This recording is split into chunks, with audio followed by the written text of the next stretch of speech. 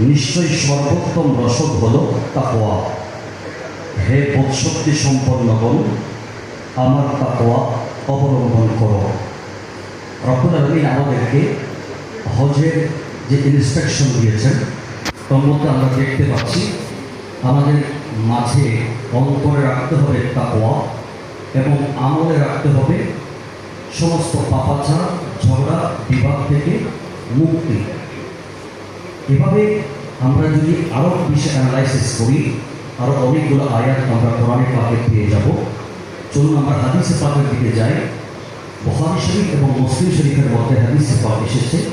হযরত আবু হুরায়রা রাদিয়াল্লাহু তাআলা আনহু থেকে বর্ণনা, নবীজি ইরশাদ করেছেন, মান হাজ্জা লিল্লাহ ফালাম ইয়ারফুস ওয়ালাম ইয়াফসুক রাজাআ কায়াউমিন ওয়ালাদাতহু উম্মুহু।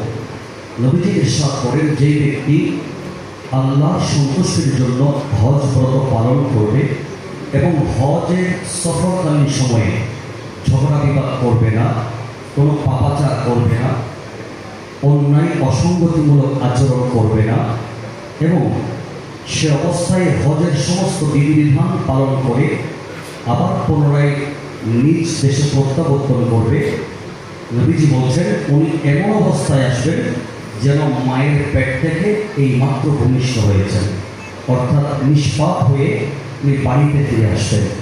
অন্য হাদিসে নবী ইরশাদ করেছেন, এটাও বুখারী শরীফ এবং মুসলিম শরীফের হাদিস, নবীজি বলেন, আল হাজ্জুল মাবরুর লাইসা লাহু জাযা ইল্লাল জান্নাহ।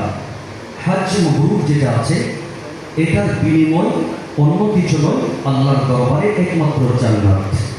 তাহলে আমরা এই দুটি হাদিস থেকে এটি বুঝতে পারলাম, দুনিয়ায় থাকতে কোনো মানুষ নিষ্পাপ হয়ে ফিরে আসবে নিজের মাতৃভূমিতে, আর তা হচ্ছে হজ।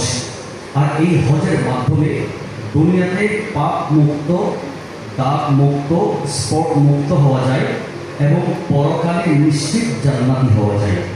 এবং এখন জান্নাতি পাপ মুক্ত মানুষটির আচরণ কেমন হবে, হাদিসের ব্যাখ্যা গ্রন্থের মধ্যে আছে, এনাদের মাঝে দুটো জিনিস, মিনিমাম দুইটা গুণ থাকবে।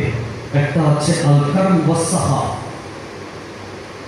যেটা হচ্ছে সাখাওয়াত এবং হৃদ্যতা এবং মানুষকে খানা খাওয়ানো, উত্তম আচরণ করা। আর একটা হচ্ছে তাইয়িবুল কালাম, সুন্দর ব্যবহার দেওয়া। তো আমাদের মাঝে অবশ্যই সুন্দর আচরণ থাকবে, হাসি মুখ থাকবে, সর্বাবস্থায় আমরা আল্লাহর উপর ভরসা করে ধৈর্যের পরিচয় নিয়ে হাসি মুখে মোকাবেলা করার জন্য প্রস্তুত থাকবো।